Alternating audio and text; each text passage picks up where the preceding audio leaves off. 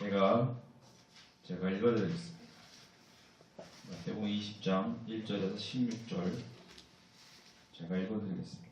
천국은 마치 품꾼을 얻어 포도원에 들여보내려고 이른 아침에 나간 집주인과 같으니 저가 하루 한 데나리온씩 품꾼들과 약속하여 포도원에 들여보내고 또 제3시에 나가보니 장터에 놀고 섰는 사람들이 또 있는지라.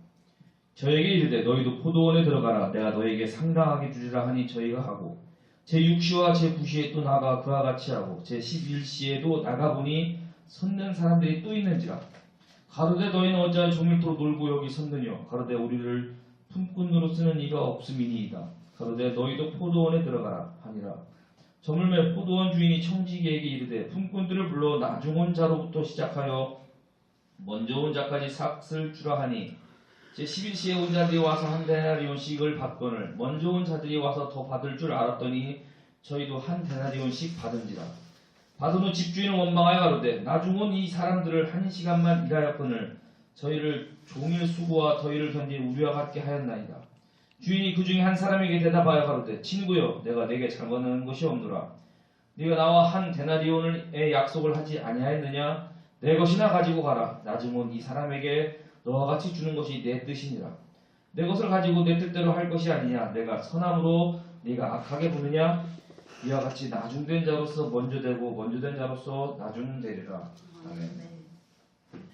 제목은 포도원 품꾼 비유라고 해봤습니다. 오늘은 예수님의 천국에 대한 비유 중 하나를 살펴보기로 원합니다. 천국이야말로 장차 우리의 영원한 생을 의탁하고 영원히 거할 곳이 될 곳입니다. 그러나 당시에도 지금처럼 사람들의 관심은 이 땅에서 잘 먹고 잘 사는 데 있고 천국에 대해서는 별로 궁금해하지 않았던 것 같습니다. 그러나 예수님께서 땅만 바라보고 사는 우리들에게 천국을 일깨워주시고 천국을 상속시켜주시기에 오셨습니다. 예수님의 구속사역을 시작할 때 중점은 천국 복음을 전파하는 것입니다. 회개하라 천국이 가까웠느니라. 주님은 천국을 설명할 때 우리 주변에서 흔히 볼 수 있는 것들을 빗대어 말씀하셨습니다. 우리가 모르는 것을 말씀하시려니 당연히 이 땅에 있는 것을 가지고 설명할 수밖에 없습니다. 이런 주님의 설교 형태를 비유라고 말합니다. 예수님의 비유 설교의 특징이 있습니다. 우리의 일상을 소재로 하기 때문에 내용이 쉽습니다. 오늘 말씀도 어려운 내용은 전혀 없습니다. 근데 짧은 비유 속에는 전달하려는 의미가 쉬우면서도 명료하게 드러나는 효과가 있습니다. 또 깊이 곱씹으면 처음에는 보이지 않던 많은 영적인 진리들이 고구마 캘 때처럼 줄줄이 딸려 나옵니다.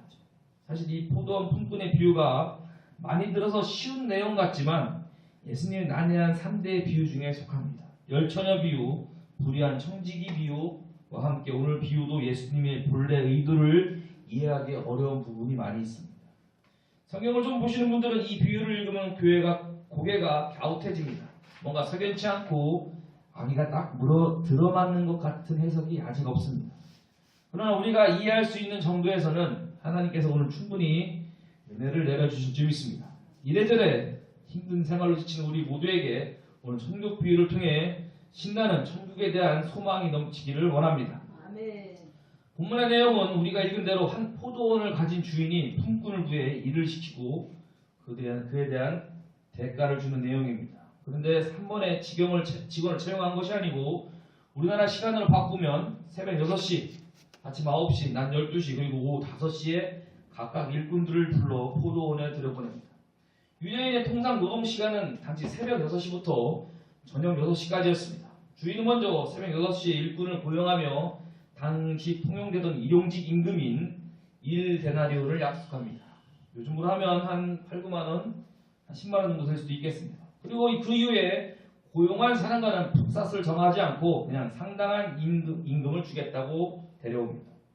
하루와 시간 단위 일을 하는 사람들은 얼마나 칼같이 임금을 계산하는지 모릅니다. 일과가 끝난 저녁에 주인은 일꾼들의 품삯을 나눠주는데 이상하게 늦게 온 사람부터 줍니다. 그런데 제일 마지막에 들어와 1시간 일한 사람에게 한 데나리온을 다 주는 겁니다.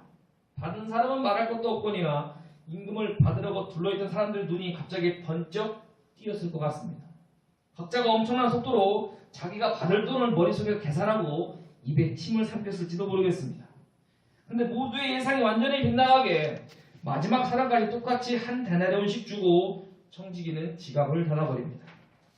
아마도 5시 들어온 사람을 제외하면 나머지 모든 사람들이 실망감으로 기분이 상했을 것 같습니다. 그 가운데 제일 핏대가 오른 사람은 물론 새벽 6시에 들어온 사람입니다. 결국 그는 화를 참지 못하고 불만을 드러냅니다. 어떻게 늦은 저녁 서늘한 때 들어와 1시간 일한 사람하고 새벽부터 일하는 사람하고 뜨거운 태양볕을 견딘 우리하고 똑같이 주냐는 겁니다. 그 사람도 나름 상식이 있는 것 같습니다. 자기가 계약한 돈은 정확하게 받았으니 더 달란 소리 못하고 어떻게 저 사람을 나와 똑같은 금액을 주느냐는 것입니다. 이건 내 수고와 노력을 무시하고 내 인격을 모독하는 것과 같다는 것입니다. 어찌 보면 이 사람이 그럴만하다는 동정심도 우리는 좀 듭니다. 그럼 제자들처럼 우리들도 이 비유에 딱 낚인 겁니다. 포도원 주인이 나중에 온 사람부터 시작해서 품값을 나눠주는 것은 의도적으로 볼 때 이런 사람들의 속내가 드러나기 위해서 했던 것 같습니다. 근데 포도원의 주인의 지극히 침착한 음성이 이 비유의 클라이막스를 보여줍니다. 친구여, 네 것이나 가지고 가라. 나중 온 사람도 너와 똑같이 주는 것이 내 맘이다. 이 비유 설교를 말씀하신 예수님의 의도가 있을 것 같습니다. 그러면 이 말씀을 꺼내시게 된 동기가 무엇인지를 알면 좀 더 정확한 의도를 알 수 있습니다. 사건의 배경은 본문의 앞장에 나와 있는데 부자 청년의 이야기와 베드로의 예수님을 따른 보상에 대한 질문입니다. 먼저 부자 청년의 에피소드와 관련해서 이 비유의 목적은 구원관에 대한 정확한 정의를 밝히시기 위한 것입니다. 이 비유는 인간의 깊은 곳에 자리 잡은 자력 구원에 대한 오인을 지적합니다. 자기 힘으로 무언가를 해서 구원에 도달한다는 말입니다. 사람들에게 이렇게 일정한 행위를 해서 구원받는다는 것이 사실 더 잘 이해되고 더 잘 받아들여집니다. 불교에서처럼 속세를 다 포기하고 돌을 닦아서 구원에 이른다는 것에 큰 반감을 갖지 않습니다. 덕을 쌓아서 복받는 것 쉽게 받아들입니다. 아무것도 하지 않고 남이 해놓은 십자가의 구속을 믿어서 구원받으라는 것처럼 인간에게 황당하게 들리는 게 없습니다. 아마 이런저런 조건을 다 지키면 구원을 받는다고 했다면 기독교의 문을 두드린 사람이 훨씬 많았을지도 모르겠습니다. 예수님께서 구원에 대해 절대적인 진리를 지금 말씀하시고 있습니다. 구원은 절대적인 하나님의 주권이고 인간의 노력이나 공로가 눈꼽만큼도 개입할 수 없다는 것입니다. 율법을 지키는 것은 구원, 지키지 않는 것은 멸망이라는 공식을 갖고 있던 유대인에겐 졸도할 만한 선언입니다. 본문을 기록한 세금징수원 출신이었던 마태의 귀에도 이 이상한 주님의 포도원 설교가 포착되었습니다.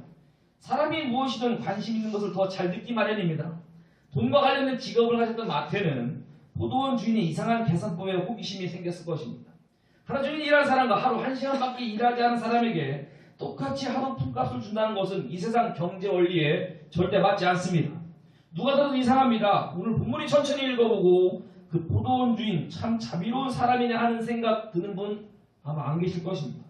그럼 그동안 설교를 들어서 그런 것이고 처음 읽으면 누구나 다 그 주인 참 경우도 원칙도 없이 이상하게 포도원을 경영한다고 생각하게 됩니다. 하나님은 우리에게 기본적인 자연의 법칙을 주시지 않습니까? 그것은 자기가 심은 대로 거두는 법칙입니다. 그래서 우리가 무엇을 심어서 구원의 열매를 거두는 게 더 자연스럽게 생각됩니다. 그런데 구원에는 이 법칙을 적용할 수가 없는 게 문제입니다. 구원을 위해 인간이 할 수 있는 것, 심을 수 있는 것이 아무것도 없기 때문입니다. 모두 죄인으로 태어나 하나님도 모르고 하나님에 대해서 들으면 싫은데 어떻게 하나님 앞에 나와 구원받을 수가 있겠습니까? 여기 나온 우리들 중 하나님의 은혜로 우리를 불러주시지 않으셨다면 있을 수 있는 사람이 아무도 없습니다. 우리 자신을 너무 잘 알고 있습니다. 어쩌다 보니 여기 이렇게 나와 하나님을 예배하고 섬기게 되었다는 것입니다. 수백 번은 세상으로 돌아갔을 우리를 하나님이 붙들어 주셔서 하나님을 부인할 수 없고 예수님의 십자가의 은혜를 외면할 수 없게 만들어 놓은 것입니다. 우리 의지로 믿고 우리 의지대로 구원받은 게 아닙니다. 포도원에 일하러 들어갈 수 있는 것은 오직 주인의 주권적인 선택에 의해서 된 것입니다. 여기서 포도원의 주인의 모습을 우린 유심히 봐야겠습니다. 그는 품꾼에게 포도원 일을 시키려는 목적보다는 오히려 품꾼을 얻어 한 데나리온씩을 나눠주려는 데 더 신경을 쓰는 것처럼 보이지 않습니까? 주인이 품꾼을 부르고 자기 뜻대로 그들의 노력에 관계없이 동일한 구원을 주시는 것입니다. 믿는 사람들 가운데도 노력과 관련 없이 똑같이 받는 구원은 뭔가 부당하다는 율법적인 동기가 남아있습니다. 물론 이 땅에서 하나님을 위해 봉사하고 받는 상급은 신문대로 거두는 법칙이 적용됩니다. 그것은 두 번째로 살펴볼 것입니다. 오늘 비유 설교를 시작하신 이유가 부자 청년 때문입니다. 우리가 잘 알고 있는 부자 한 청년의 이야기입니다. 한 부자 청년이 예수님 앞에 나와 구원을 받으려면 어떻게 되냐고 물어봅니다. 예수님께서는 이미 너희 유대인에게 약속하신 대로 하나님의 계명을 다 지켜라 말씀합니다. 그는 자기가 어려서부터 모든 율법을 다 지켰다고 이야기합니다. 그가 가난한 그 시대에 그렇게 부자인 것은 율법의 정신을 온전히 지킨 것이 아니라는 증거입니다.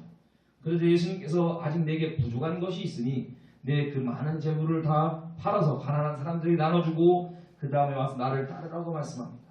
부자 청년이 놀라 뒤로 자빠질 뻔합니다. 성경이 어떻게 기록합니까? 그가 재산이 많아 근심하고 떠났다고 말씀합니다.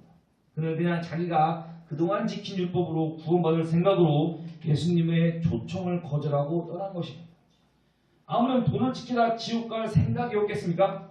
예수님은 그의 모습을 통해 유대인들이 신봉하던 그 율법으로는 결국 구원받지 못하고 오직 하나님의 전적인 은혜로만 구원을 받는다는 것을 말씀하신 것입니다.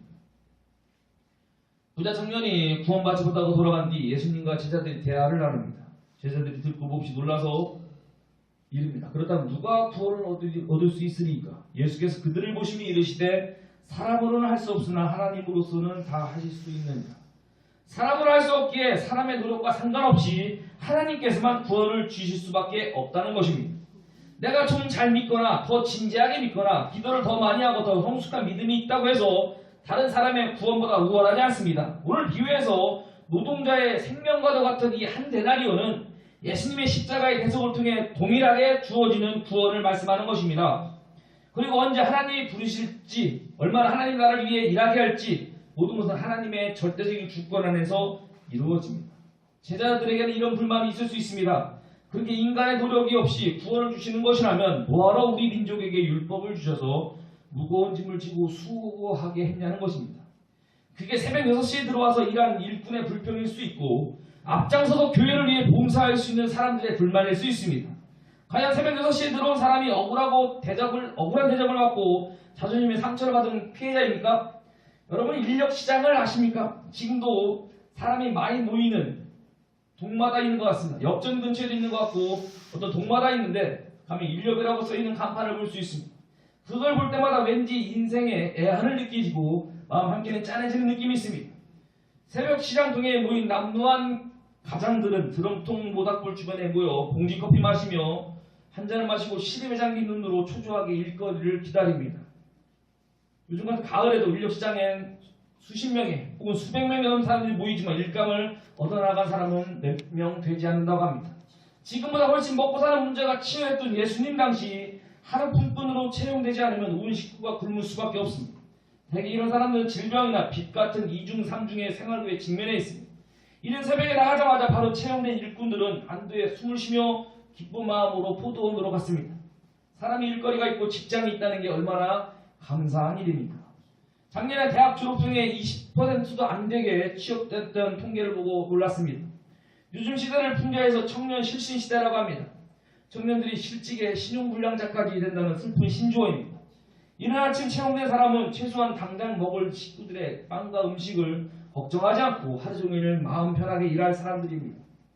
그러니 일이 없어 장터에서 하루 종일 놀고 있었던 그 사람들은 마음이 어떻겠습니까? 그날 품값을 받아가지 못하면 자식들이 끼니를 때울 수 없는 절박한 사람들입니다.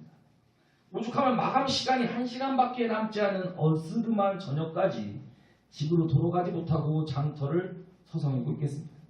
주인의 눈에 이들이 불쌍해 보이지 않았겠습니까? 우리가 이 비유에서 이런 사람들을 가련하게 여기고 사랑으로 돌보시는 분이 바로 우리가 믿는 선하신 하나님이시라는 게 얼마나 기쁜지 모르겠습니다. 이렇게 약한 자를 돌보시는 하나님께서 우리가 약할 때도 반드시 도와주시지 않으시겠습니까? 오늘 본문에서 품꾼을 얻어 포도원에 들여보내라고 새벽 6시부터 장터로 나간 주인을 보시기 바랍니다. 인간을 구원하기 위해 가장 부지런히 일하시는 하나님의 모습입니다. 본문에서 주인은 시간마다 장터를 부지런히 왕래하며 품꾼을 불러들입니다. 때로 우리의 헌신과 봉사가 지치는 생각이 들 때도 있지만 생각해보면 우리는 이미 하나님을 믿고 구원의 은총을 받은 자들입니다. 하나님 안에서 보호받으며 하나님의 포도원을 일하고 완벽하게 구원을 보장받은 사람들입니다. 아직도 하나님의 포도원에 들어오지 못한 사람들의 고충을 우리는 생각해 봐야겠습니다. 죽음과 내세에 대한 해답을 얻지 못한 사람들의 삶이 얼마나 곤고하고 불안하고 두려운지, 하나님을 알지 못하고 영적인 위로와 은총을 받지 못한 사람들이 진정 빈궁한 사람들입니다. 우리 눈에 그들이 희희락락 놀고 있는 것처럼 보일지 모르지만 실제로 인생의 밤이 되었을 때 손에 쥔 것이 없는 가련하고 궁색한 사람들일 것입니다. 오늘 주님의 말씀을 통해 우리가 아무것도 한 일 없이 구원받음에 진정한 감사가 있길 원합니다. 지금 내가 하는 봉사, 헌신 이런 것은 우리가 구원받은 은혜에 비하면 공력도 되지 못합니다. 구원에 대해 반드시 기억해야 할 이 진리가 이 비유의 핵심인 것입니다. 오직 나를 구원하기 위해 십자가에서 주님이 고난받으셔서 모든 값을 치르신 것을 믿고 확신 가운데 더 감사가 충만한 우리가 되기를 원합니다. 다음 이 비유는 구원받고 주님의 나라를 위해 일하는 성도들의 자세를 가르쳐 주시기 위함입니다. 이 설교의 앞부분에 보면 베드로가 주님께 자기의 보상 문제를 물어보는 내용이 나옵니다. 본문의 시기적인 배경은 예수님께서 십자가에 못 박히실 날이 가까이 왔고 많은 제자들이 이상한 낌새를 눈치채고 예수님을 떠나려 하고 있을 때입니다. 잘 안되는 집에 왠지 썰렁해지는 분위기 아실 겁니다. 회사가 잘 안되는 분위기면 눈치 빠른 사람들은 슬금슬금 다른 직장을 옮길 생각을 갖고 움직입니다. 그런 분위기에서는 둘 중 하나입니다. 기회를 봐서 더 난처한 일을 당하기 전에 얼른 떠나거나 의리를 지키기 위해 끝까지 남아서 떠난 사람을 속으로 경멸하고 자기의 헌신적인 행동에 대해 스스로 높이 평가하며 미행하는 것입니다. 이 부자 청년을 곁에서 다 지켜본 베드로가 불안감을 느끼며 예수님께 묻습니다. 이에 베드로가 대답하여 이르되 보소서 우리가 모든 것을 버리고 주를 따라싸운데 그런즉 우리가 무엇을 얻으리까? 베드로의 의중을 읽을 수 있습니다. 이 말씀에 주님께서 명료하게 헌신에 대한 상급을 약속합니다. 예수께서 이르시되 내가 진실로 너에게 이르노니 세상이 새롭게 되어 인자가 자기 영광의 보좌에 앉을 때에 나를 따르는 너희도 12보좌에 앉아 이스라엘 12지파에 심판하리라. 또 내 이름을 인하여 집이나 형제나 자매나 부모나 자식이나 전토를 벌인 자마다 여러 배를 받고 또 영생을 상속하리라. 그런데 그 다음에 하시는 말씀이 그러나 먼저 된 자로서 나중되고 나중된 자로서 먼저 될 자가 많으리라. 그리고 나서 오늘 비유를 말씀하십니다. 성도들의 헌신에는 상급이 있지만 어떤 헌신이냐에 따라 먼저 될 수도 있고 나중 될 수도 있다는 것입니다. 즉 헌신에도 잘못된 관점과 보상 심리가 있다는 것입니다. 어떤 목사님의 어린 딸이 이 말씀을 읽고 아빠 여기 나온 분은 하나님하고 좀 다른 것 같아 라고 하더랍니다. 우리가 알고 있는 공평하고 정의롭고 타당하신 하나님의 이미지하고 좀 다르다는 것을 아이도 느꼈다는 말입니다. 당시 예수님의 이 비유를 든 제자들은 항해하는 일꾼들의 말에 자기도 모르게 고개를 끄덕이다 이미 깜짝 놀랐을 것입니다. 그들 마음속에는 포도원 주인이 불공평하다는 생각이 있다는 것과 늦게 들어온 사람에 대한 연민이나 동정심이 전혀 없다는 것이 드러난 것입니다. 품꾼의 불만 섞인 말 속에 딱 이 두 가지가 표출되지 않습니까? 포도원 주인에 대한 원망과 한 시간밖에 일하지 않은 사람에게 어떻게 그런 대우를 하냐고 말입니다. 포도원은 하나님의 나라이고 하나님의 교회를 상징하고 일꾼은 바로 우리들입니다. 하나님의 포도원에서 함께하는 성도들이 보상을 기대하는 봉사나 비교의 의식이나 형제에게 차가운 마음을 우리는 버려야 한다는 것입니다. 천국은 그런 곳이 아닙니다. 하나님 일태에서 베드로가 나는 저들과 다르다며 가졌던 우월감과 현세에서 그걸 인정받으려고 보상받으려는 헌신이라면 반드시 실족하게 될 것이라는 말씀입니다. 먼저 이랬지만 나중에 되는 것입니다. 사람들은 다 새벽 6시 일꾼 중후군을 갖고 있습니다. 그동안 율법을 지키느라 새벽부터 수고와 더위를 견딘 바리새인들은 뒤늦게 예수님의 은총 받으며 아브라함의 자손으로 불리우는 세리와 죄인들을 용납할 수 없었습니다. 결국 이 비유 속 품꾼처럼 시험에 두고 예수님을 거절합니다.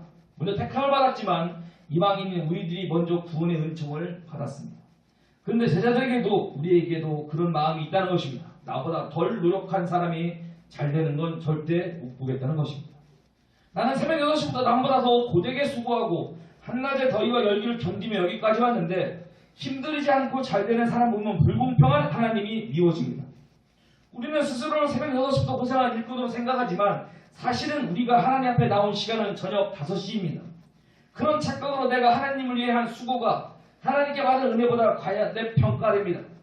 사람에게 마땅한 인정을 못 받거나 기도가 응답되지 않으면 슬픔이 원망이 생기고 시험이 됩니다. 리더스 다이너스티의 조사 결과 목사님들의 가장 큰 불만은 내가 이만큼 섬겼는데 성도들이 알아주지 않는 것이라고 합니다. 성도들에게 가장 큰 불만을 물으니 목사님이 고생하며 봉사한 걸 알아주지 않는 것이라고 대표했다고 합니다.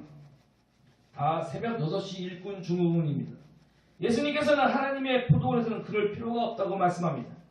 하나님 얼마나 부유하신 분입니까? 1시간 일한 사람에게 하루 일당을 줄 능력이 있는 포도원 주인처럼 우리 하나님은 모든 것에 부족함이 없이 넉넉하십니다. 포도원에 들어가기만 하면 주인이 다 알아서 해줍니다. 남들과 비교해서 받을 것을 따지고 비교하고 그런 건 경쟁해야 얻을 수 있을 때 그런 것이지 모든 게 차고 넘치는 하나님의 포도원에서 뭐하러 그러하겠습니까? 부유하고 선하신 하나님을 믿고 기쁨으로 만족하게 일하는 곳이 하나님 나라라고 그럴 때 교회는 이 땅에서 세상에 빛이 되는 것입니다. 사람을 보고 대가를 바라고 계산을 하고 그런 마음으로 주님을 따르면 행복하지 않습니다. 마귀는 그런 마음을 시험하고 거기에 실족한 영혼은 과거에 아무리 열심을 냈다 해도 결국 그 믿음에서 나중으로 밀려나게 됩니다. 베드로가 그걸 계산하고 따르다 어떻게 됐습니까? 주님의 체포되고 보상이 물거품이 걷게 되자 예수님을 저주하고 부인하며 실족하지 않았습니까? 하나님 나라의 자녀로 부음받은 우리는 주님의 포도원에서 감사하게 일할 때 결코 그 상을 잃어버리지 않을 것이니 안심하라고 하십니다. 작은 자에게 준 내무상으로 또 주님은 결코 잊지 않겠다고 약속하셨습니다. 힘들고 부담스러울 때도 있지만 우리가 나를 보내신 이곳에서 힘써 주님을 섬길 때 반드시 축복해 주시리라 믿습니다. 또 우리 성도님과 가정들이 그렇게 복을 받고 있는 모습이 나타나기 시작할 것입니다. 우리가 계산하지 않아도 감사와 기쁨으로 충성되게 주님을 쫓으면 알아서 복을 주시고 자손도 반드시 잘되게 해주십니다. 여의도 순복음교회 이영훈 목사님의 할아버지께서 북한에서 순교를 하셨다고 합니다. 이북에 여러 교회를 세웠고 공사를 될 때 다들 남쪽으로 내려왔는데 교회를 지키시겠다고 남아있다 총살을 당했다고 합니다. 여의도 순복음교회 후임자로 기라성 같은 많은 목사님 사람들이 물망에 올랐지만 하나님의 순교자의 후손이 이 목사님을 세우신 것입니다. 물론 큰 교회를 섬기는 것은 그만큼 무거운 짐이기도 하지만 누가 봐도 확실한 축복입니다. 우리가 충성하여 우리 자식들이 축복받은 것은 검증된 사실입니다. 시편 37장 25절에 내가 어려서부터 늙기까지 의인이 버림을 당하나 그 자손이 걸식함을 보지 못하였도다. 예수님께서 오늘 천국 비유에서 우리의 구원과 동시에 하나님의 나라를 위해 일할 포도원에 들어가게 하신다고 말씀합니다. 청년들 직업에 대해 걱정하지 말아야겠습니다. 하나님께서 우리를 구원의 자리로 부르실 때 우리의 일할 터전을 분명 주시고 그것은 하나님의 나라를 위해 일하는 축복을 주실 것입니다. 사역자들에게는 헌신할 사역지를 주시고 평신도들에게 섬길 교회를 주시고 또 이래서 먹고 살 일터를 주셔서 거기서 구원 사역에 동참할 기회를 주실 것입니다. 하나님이 이 땅에서 우리에게 주신 얼마간의 시간은 앞으로 내세에서 영원한 삶에 비교하면 얼마나 짧습니까? 순식간에 지어나가는 이 세월을 영원한 천국을 위해 준비하고 일하는 기회로 삼으시기를 바라겠습니다. 말씀을 마치겠습니다. 불신으로 가득 찬 이 세상에서 하나님을 믿으며 헌신하는 모든 성도님들을 주님께서 사랑하고 돌봐주십니다. 우리를 부르셔서 값으로 따질 수 없는 구원을 주신 하나님께 감사하고 기쁜 마음으로 우리는 주님을 따라야겠습니다. 또 먼저 믿음을 가진 우리 모두는 아직 주님의 포도원인 이 교회로 들어오지 못한 빈궁한 영혼들을 위해 하나님의 마음을 품고 궁휼히 여기를 바라겠습니다. 빈궁한 자에게 가장 큰 선물은 구원입니다. 우리를 보내신 삶의 현장에서 신실하게 하나님과 동행하며 믿음으로 사는 우리 한빛교회 성도님 되기를 바라겠습니다. 기도하겠습니다. 할렐루야. 하나님 감사합니다. 하나님 오늘 말씀 포도원 품꾼의 삭제에 대해서 같이 말씀 나눠봤습니다. 저희들 뭔가 우리가 생각하기에는 맞지 않는 얘기였지만 주님께서는 그 구원의 그런 신비로운 진리가 그런 말씀이었다고 우리에게 가르쳐주고 계십니다. 항상 먼저 저희들 어디에 있든지 그 말씀 비추어 살 때 교만하지 않고 우리 주님의 말씀에 순종하면서 저희를 되게 하시고 항상 주님의 뜻에 합당한 삶을 살아갈 수 있는 저희 한빛교회 성도들 다 되게 해 주옵소서. 감사드리며 예수님 이름으로 기도드렸습니다.